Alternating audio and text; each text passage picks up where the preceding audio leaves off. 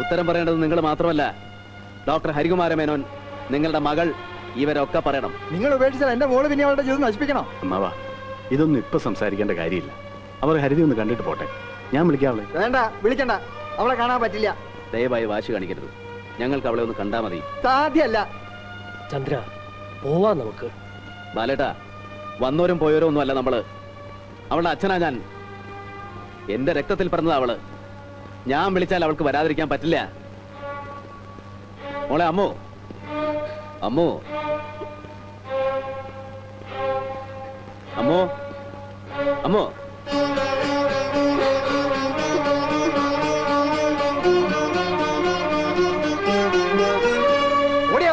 അകത്ത് പോവാൻ. നീ ഞങ്ങൾ ധിക്കരിക്കലടി.